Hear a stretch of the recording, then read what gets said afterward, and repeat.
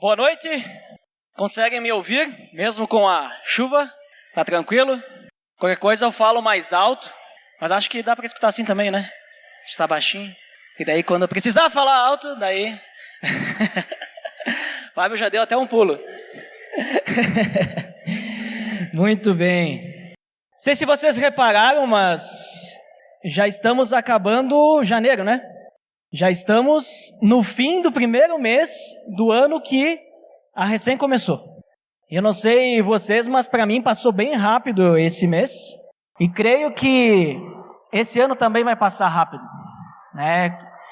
Se a gente souber usar o tempo para fazer coisas úteis, se a gente souber usar o tempo para fazer coisas que agradem a Deus, tenho certeza que a gente nem vê o tempo passando, porque é agradável adorar a Deus, é agradável, né, a gente fazer coisas que realmente tem algum motivo, né, alguma motivação, algum propósito, e tenho certeza que vai passar voando esse ano também. E hoje eu gostaria de convidar vocês a abrirem a carta que Paulo escreveu à igreja de Corinto, a segunda carta, na realidade a segunda que nós temos na Bíblia, né, segunda aos Coríntios. E essa carta que Paulo escreveu, 2 Coríntios, ele escreveu depois da primeira carta, obviamente, mas tem mais coisas que aconteceram entre a primeira carta e a segunda. Depois que ele escreveu a primeira carta à igreja de Corinto, não sei se vocês já leram 1 Coríntios, estão familiarizados, mas depois que ele escreveu essa carta, ele foi até a igreja de Corinto, ele foi fazer uma visita àquela igreja, porque os problemas que ele descreveu naquela carta, divisões, dissensões, tudo mais, todos os problemas que estavam acontecendo, imoralidade, não tinham sido resolvidos, ainda estavam acontecendo. Então Paulo, ele vai até lá, até essa igreja, fazer uma visita para tentar ajudar aquelas pessoas a entenderem o que ele quis dizer na sua carta. E essa visita que Paulo faz foi uma visita, segundo Paulo, né, segundo a visão dele, foi uma visita triste. Ele chegou a ser insultado nessa visita. E então ele escreve uma carta, digamos assim, com o coração pesado, uma carta triste, uma carta severa para essa igreja. Quando ele vai embora, né? Ele vai embora e ele escreve, então, depois dessa visita, uma carta.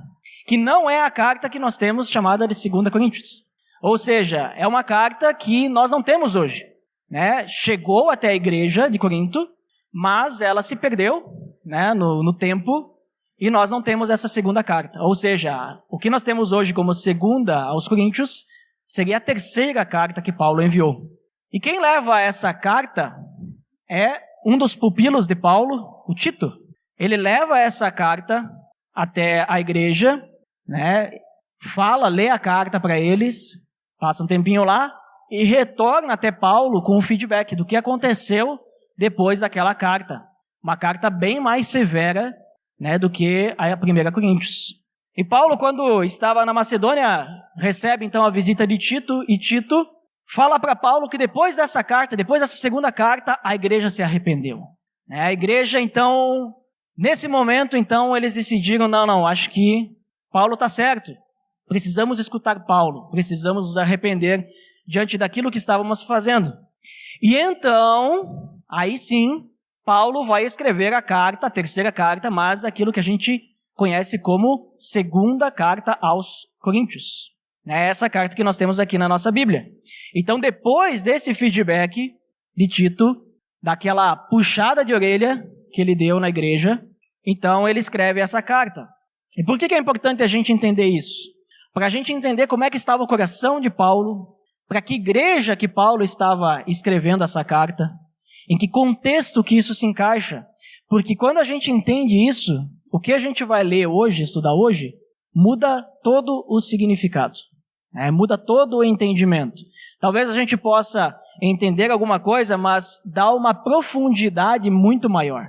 Porque a gente consegue perceber, então, a alegria de Paulo ao escrever essa carta, a gente consegue perceber a urgência de Paulo escrever essa carta, a profundidade, o amor que Paulo tinha ao escrever essa carta.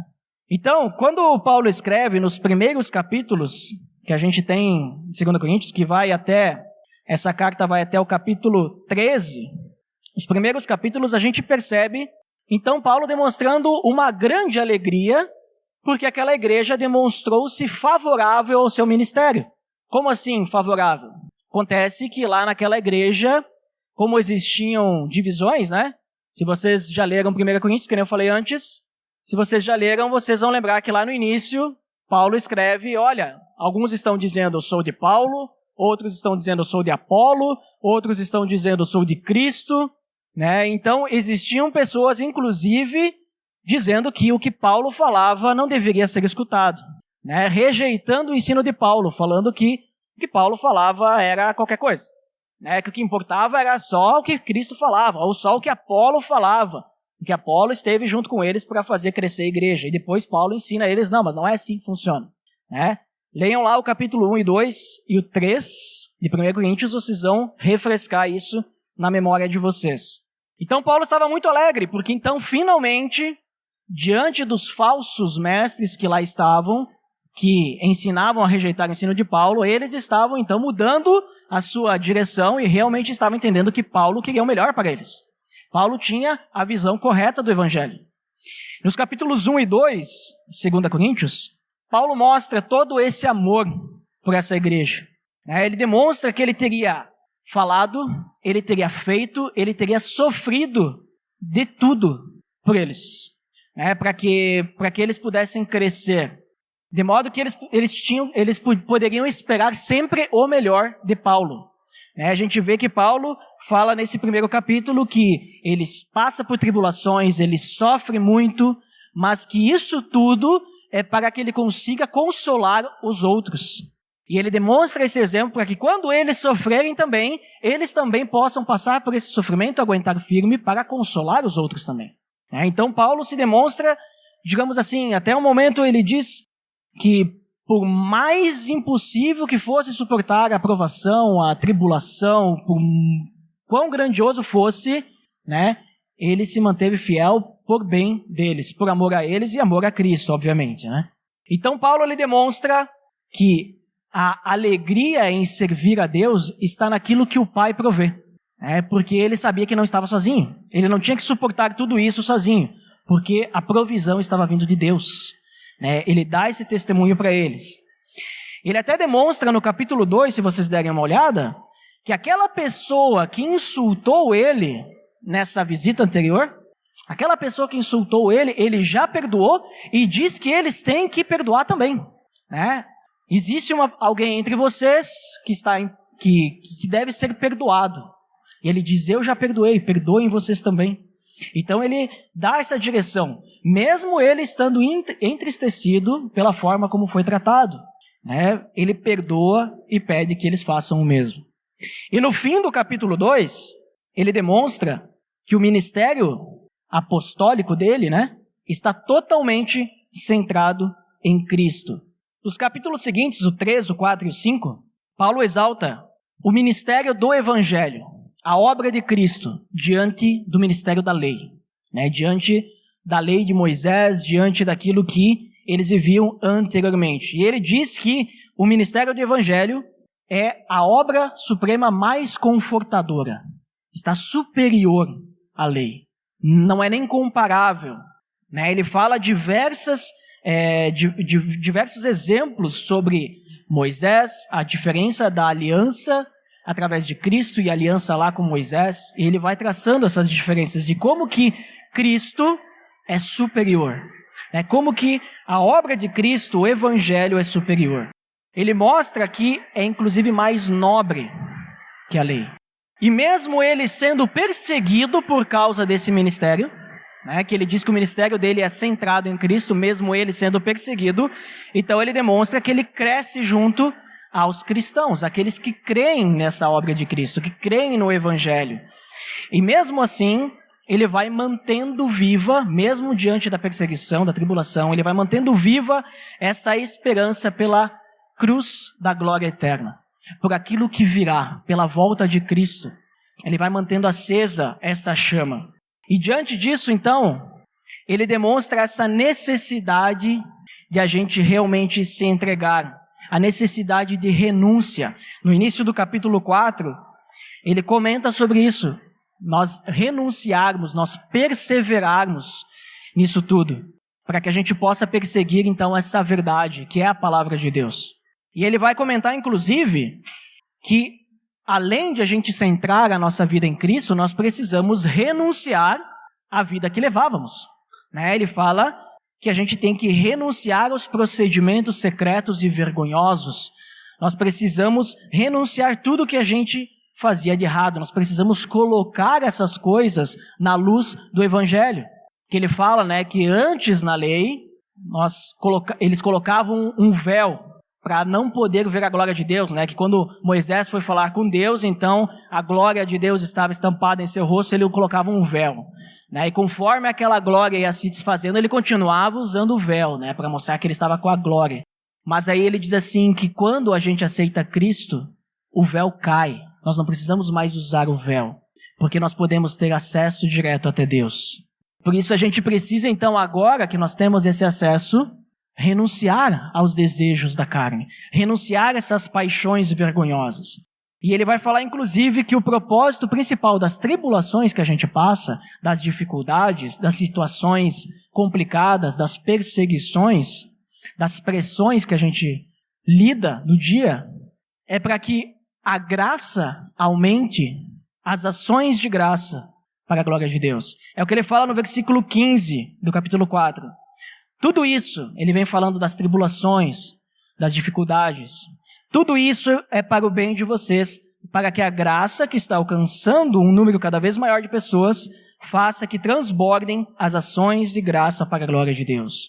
Tudo isso que ele passa, tudo isso que ele vem dizendo, olha, eu estou muito feliz que vocês realmente entenderam. E volto a afirmar, eu não estou falando qualquer coisa, eu realmente falo do único Jesus Cristo, Senhor e Salvador. É dele que eu estou falando.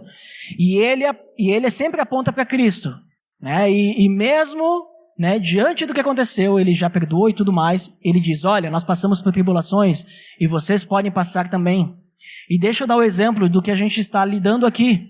Eu passo, mas mesmo assim, me mantenho fiel. Por isso nós precisamos se manter firmes. Não podemos desanimar.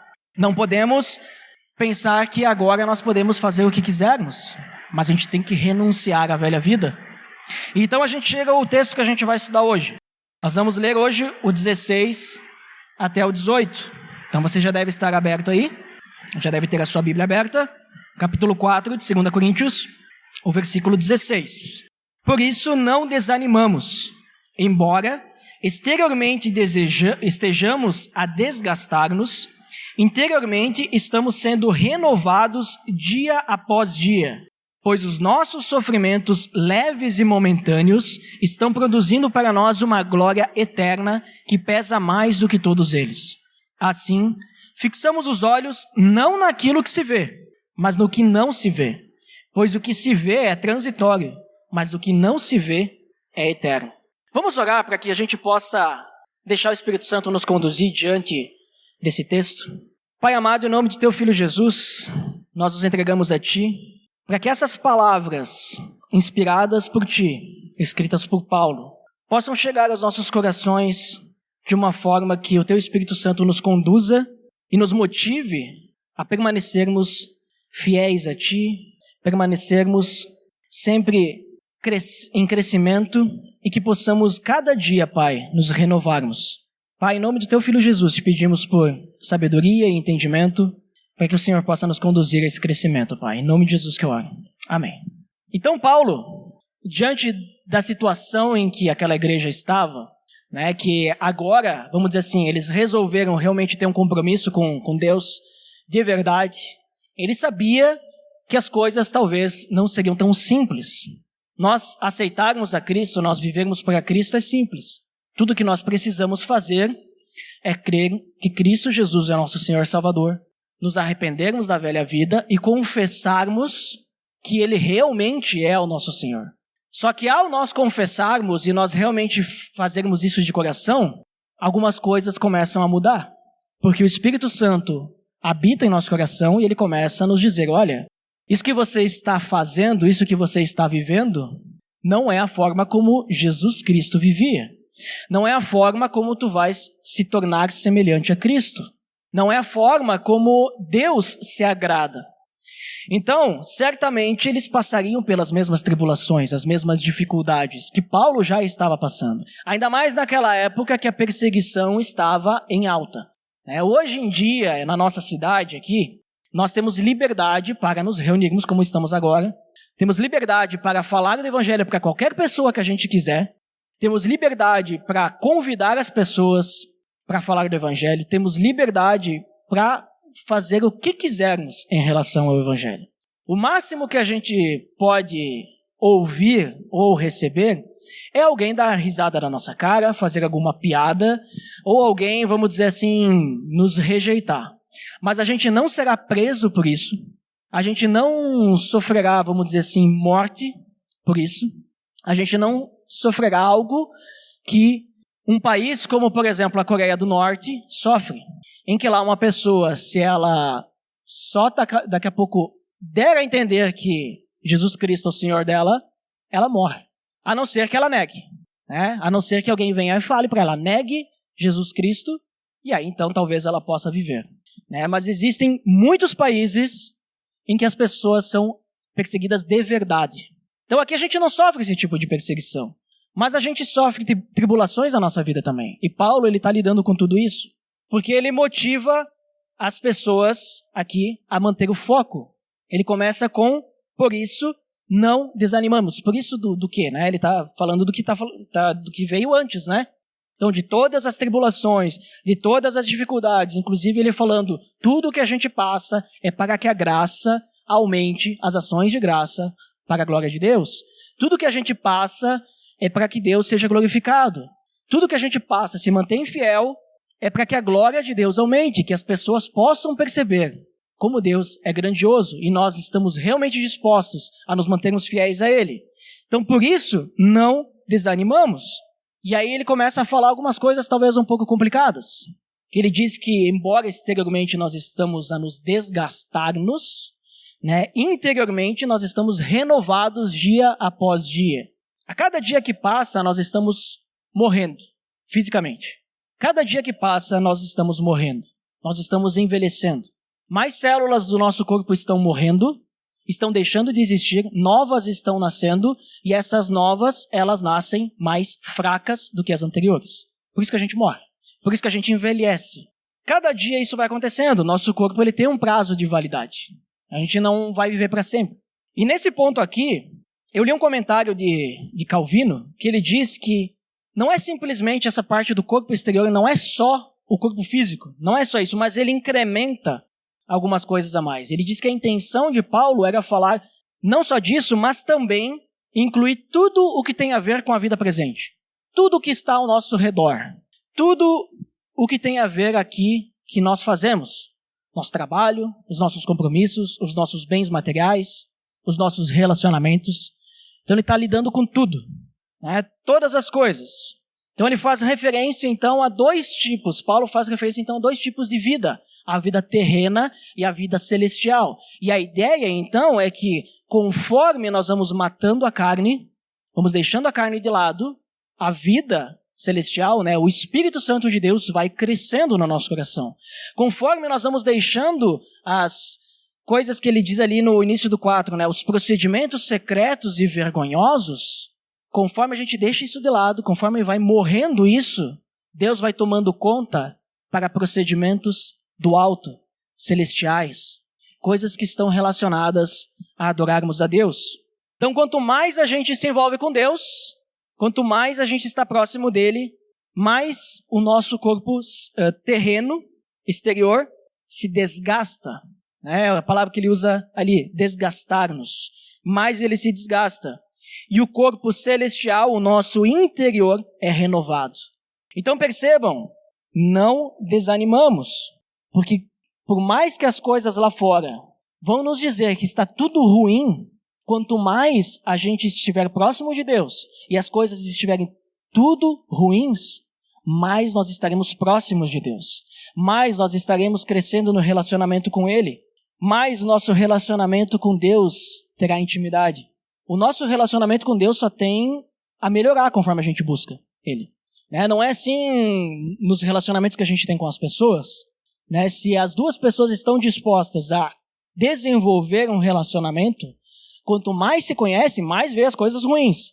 Mas quanto mais se conhece, mais tu tem intimidade com a pessoa. E mais tu está disposto a ajudá-la a crescer, e mais ela vai te ajudar a crescer também. O casamento, ele é assim, ou melhor, deveria ser assim. Quanto mais a gente tem tempo de casado, mais a gente conhece a pessoa. E mais a gente quer que aquela pessoa cresça, mais a gente tem intimidade. Com Deus é assim, quanto mais nós nos relacionamos com Ele, mais nós entendemos o que Deus quer, e mais nós queremos mudar, e mais Deus vai nos ajudar a fazer isso. É uma coisa que só tem a melhorar, né? Só tem a melhorar. O nosso corpo físico, dia a dia, ele vai morrendo, está perecendo. E não só a parte da juventude e da saúde, né? Nesse ponto também. As riquezas estão perecendo, as amizades podem acabar diminuindo também, a honra, o poder e tudo mais, isso vai ficar. O que eu quero dizer com isso? Quando a gente morrer e a gente for colocado num caixão, ou, sei lá, se for cremado, o que for que acontecer, tudo isso vai ficar. Não é mais nosso, vai ficar aqui na terra. Nós não vamos levar juntos. Se o nosso foco for nessa vida terrena, nesse homem exterior, nesse, né, corpo físico, nas coisas do presente, se o nosso foco for realmente nas coisas terrenas, qualquer coisa que acontecer, como por exemplo uma pandemia, vai derrubar a gente. E a gente vai se desanimar. E a gente vai achar que é o fim do mundo. E a gente vai achar que não tem mais solução. E a gente vai achar que agora acabou e eu não tenho mais esperança na minha vida. E a gente vai entrar em depressão e a gente vai, sei lá, acontecer muitas coisas na nossa vida. A gente não vai ter vontade para fazer mais nada, porque agora está tudo ruim. Perdi meu emprego, não tem mais o que fazer da minha vida. Agora acabou. Perdi, sei lá, bati o carro. Agora está tudo complicado, vou ter que arrumar. Né? É algo muito complexo e tudo mais. Quando a gente foca nas coisas daqui, qualquer enfermidade, qualquer dificuldade, qualquer perda vai nos abalar profundamente.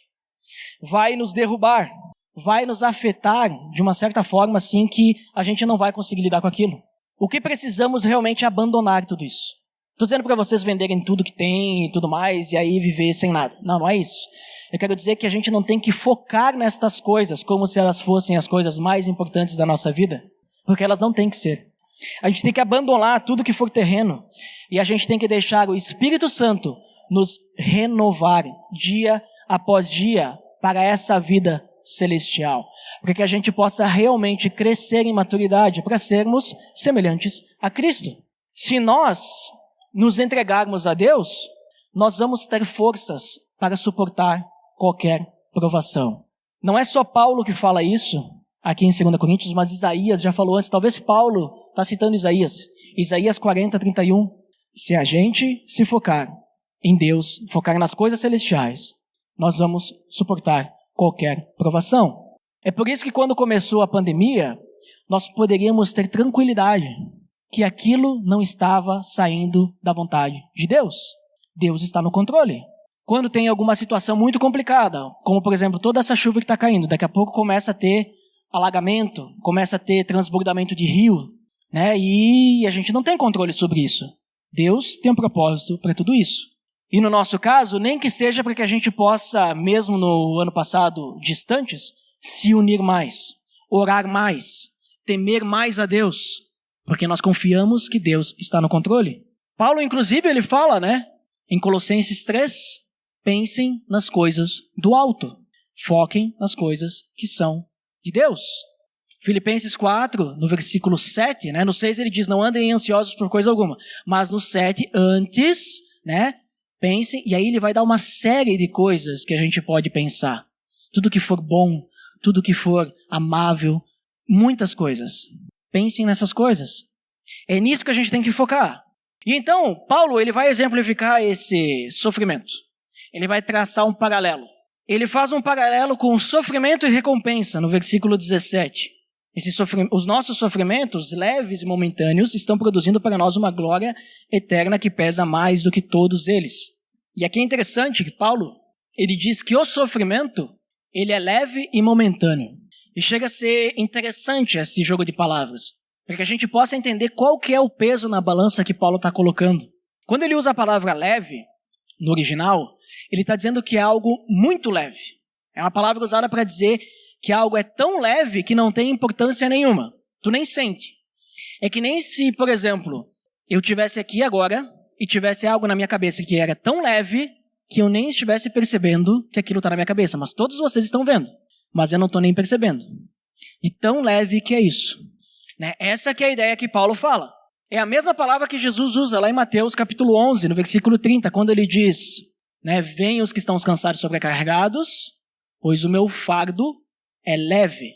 Quando Jesus fala meu fardo é leve, ele está dizendo assim, eu vou colocar um fardo nas costas de vocês que vocês não vão nem sentir que vocês estão carregando. Não é que nem colocar uma mochila vazia. Se tu coloca uma mochila vazia, tu sente que tem o peso da mochila, certo? Né? E eu carrego mochila bem pesada. Mas esse fardo de Jesus, ele é leve ao ponto de que ele vai colocar nas tuas costas e tu não vai nem sentir. E essa comparação que Jesus está fazendo com o peso da lei e com o peso de seguir a Cristo. O fardo é leve.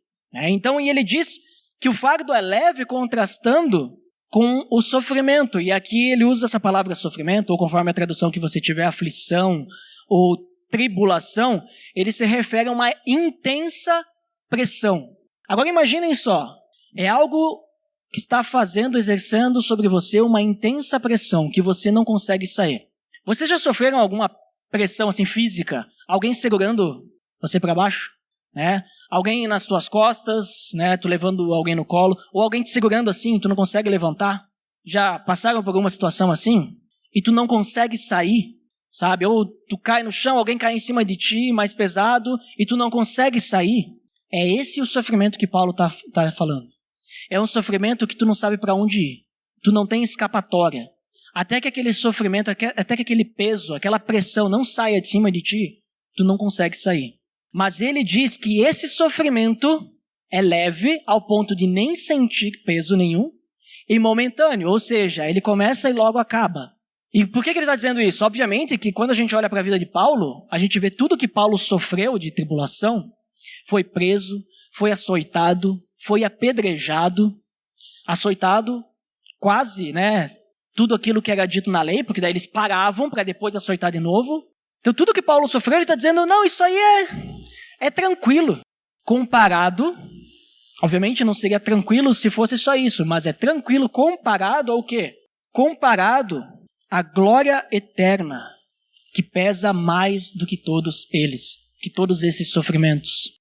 Ele contrasta toda essa pressão, todas essas tribulações, com aquilo que está sendo produzido por causa dessas tribulações. Diante de todo esse sofrimento, ao manter-se fiel a Deus, está produzindo uma glória eterna que pesa mais do que todos eles. Elas produzem uma glória que tem 2 pontos aqui, então. Primeiro, eterna. Enquanto o sofrimento ele é momentâneo, a glória é eterna. Ela não vai acabar. Ela não tem fim. Quando esse corpo físico morrer, a glória vai continuar. Ela é eterna. E cada dia ela está se renovando e permanecerá para sempre. Então, o primeiro ponto, ela é eterna. E o segundo, que ele diz que pesa mais do que todos eles. Essa glória de Deus que está sendo produzida, ela pesa mais do que qualquer sofrimento que a gente vive, tenha, possa viver, possa ter. Enquanto esse sofrimento é leve, essa glória, ela é pesada. A gente sente o peso da glória. E não é um peso ruim, é um peso bom. A gente sente, ela faz diferença, a gente percebe que a gente está fazendo aquilo para adorar a Deus, agradar a Deus, e aquilo está produzindo frutos. A gente percebe, a gente sente. Não é algo que a gente não se dá conta. Então, se a gente fosse colocar numa balança, é como se a gente só tivesse colocado a glória, porque o sofrimento nem vai aparecer na balança, não vai nem fazer nem o peso de um fio de cabelo. E aí, para finalizar, para a gente perseverar, nós precisamos, que Paulo diz ali, né? Enxergar além do físico, precisamos enxergar o espiritual. Nós precisamos enxergar além do presente, precisamos enxergar o futuro. Nós precisamos enxergar além do que é visível, mas nós precisamos enxergar o invisível. E pode parecer estranho isso, né?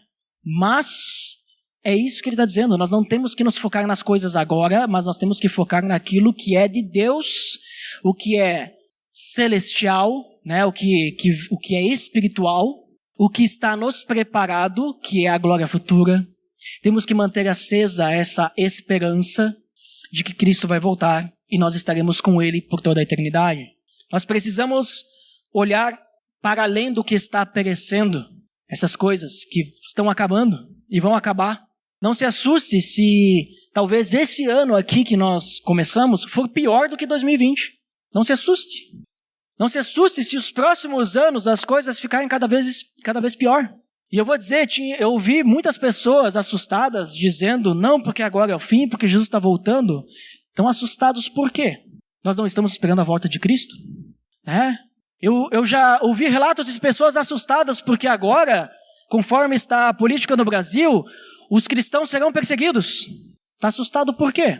Vendendo suas residências para comprar residências afastadas para poder viver sem perseguição. Está assustado por quê?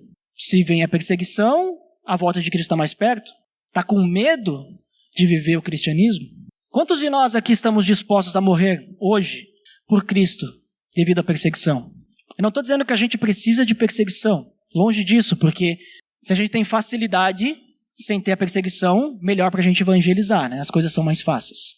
Mas quantos de nós estaremos dispostos? Então nós precisamos olhar além. Não ficar fixos nas coisas que estão aqui, se lamentando pelas coisas terrenas. Nós temos que nos lamentar por aquilo que é celestial e nós não estamos buscando. Por aquilo que é de Deus e nós não estamos nos fortalecendo, não estamos desenvolvendo, não estamos crescendo. Temos que, principalmente, olhar para frente. Como Paulo dizia, eu esqueço das coisas que eu deixei para trás, mas eu prossigo para o alvo. Eu tenho que olhar para frente. Eu tenho que olhar para Cristo. Eu sei que dá um certo desânimo quando a gente olha para o mundo, mas não é para essas coisas que nós temos que olhar. Nós temos que nos entristecer, sim, pela falta de Cristo que o mundo tem, mas não podemos deixar isso nos abalar, ao ponto de nós acharmos que agora não tem mais o que fazer. Não, isso tem que nos fortalecer. Isso tem que nos motivar. Isso tem que nos mostrar que olha só quantas pessoas estavam desesperadas no ano que passou. Então nós precisamos falar de Jesus para essas pessoas, porque elas não têm essa esperança. Elas não sabem que elas não precisam ficar desesperadas. Quantas pessoas perderam a sua vida sem conhecer? Ou melhor, sem aceitar a Cristo como seu Senhor e Salvador. E elas perderam essa oportunidade. E nós também, muitas vezes, perdemos a oportunidade de falar. Então nós precisamos, ao contrário, em vez de nos acanharmos e nos segurarmos, nós temos que nos motivarmos. Por isso que Paulo começa, por isso não desanimamos, porque tudo isso está produzindo uma glória futura. Tudo que está aqui é transitório. Todas as coisas que estão acontecendo vão passar. Nada disso importa diante da suprema grandeza do nosso Senhor Jesus Cristo. É o que Paulo está falando aqui. Nós temos que fixar os olhos naquilo que não se vê. E é estranho falar. Fixar os olhos naquilo que não se vê, mas é isso mesmo. Nós temos que fixar os olhos no que é eterno. Nós precisamos viver pela fé. Lembra de Hebreus capítulo 11, versículo 1? A fé é o quê? É a certeza daquilo que não o quê? Não escutei direito. Não se vê, né? A fé é a certeza daquilo que não se vê. Nós precisamos viver pela fé, né? A fé é a certeza daquilo que esperamos e a prova daquilo que não se vê. Lembre-se sempre, a fé é isso. Nós temos a certeza de algo que nós não estamos vendo, mas nós podemos sentir. Nós sabemos que está mudando, crescendo dentro de nós. Nós temos que ser consumidos por essa busca por Deus. Nós temos que ser consumidos por querer estar cada vez mais próximos de Deus. De querer que Cristo seja o centro da nossa vida. E não, que nem o Predebon falou na semana passada, não buscar regras, viver uma religiosidade, mas ter realmente, verdadeiramente, Cristo como o centro da nossa vida. É o que Paulo, inclusive, sempre fala. Cristo é o centro. Cristo é o centro da mensagem dele. Então temos que ansiar por essa volta de Cristo. Nós temos que entregar tudo ao Pai. Tudo. Não só algumas coisas. Temos que deixar o Espírito Santo agir em todas as áreas da nossa vida. Porque conforme a gente deixa ele agir, buscamos a Deus, nossa intimidade cresce e assim vai. Inclusive, no capítulo 5, logo adiante, o versículo 7, ele fala, porque vivemos por fé e não pelo que vemos. Ele vai falar de algumas coisas a mais ali na frente. O capítulo 5 também é bem interessante, mas ele diz, nós estamos vivendo pela fé e não pelo que nós vemos. Por isso que as tribulações, por mais que sejam demais ao nosso ver humano, elas não são nada comparado ao que nos espera. Que a gente possa então fixar os nossos olhos no que não se vê. Que as coisas desse mundo não nos influenciem, mas que a graça de Deus nos conduza. Eu sei que o ano passado foi um ano difícil e provavelmente esse ano também vai ser, né? A gente tem, claro, sempre esperança que as coisas sempre melhorem. Mas a nossa esperança principal tem que ser de que cada vez mais as pessoas vão conhecer o Evangelho e que cada vez mais nós vamos nos ajudar a crescer em maturidade, para sermos semelhantes a Cristo. Quando a gente olha para o espiritual, para o cuidado de Deus, inclusive olhando o ano passado, a gente vê muita coisa boa. Eu vejo, por exemplo, o ano passado, como que Deus cuidou de cada um de nós aqui. Eu vejo como Deus cuidou dessa igreja. Eu vejo alguns milagres que aconteceram no ano passado. Eu vejo que como, mesmo diante de todas as dificuldades, a gente não desistiu, a gente permaneceu fiel, temente a Deus, como Ele nos livrou de perigos. Eu vejo tudo isso que aconteceu no ano passado, porque eu olho com os olhos do que Deus fez por nós. Não olho com os olhos do que o mundo está fazendo com nós. A gente tem que sempre olhar dessa forma. Se a gente focar nas coisas daqui, a gente vai desanimar. Mas se a gente focar em Deus, a gente vai tirar de letra todas as tribulações que a gente passa e nós vamos perseverar.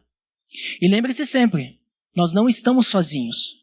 Eu não falo que a gente tem Deus, mas a gente tem, além de Deus, a gente tem uns aos outros para nos ajudarmos a passar por essas tribulações, pelas dificuldades. Então, sempre que você estiver passando por uma dificuldade, alguma complicação, converse com alguém. Exponha a sua dificuldade, exponha o seu pecado. Se você tem dificuldade em alguma situação, algum pecado que você não consegue vencer, converse com alguém para que essa pessoa possa te ajudar. Porque sozinho a gente não consegue nada.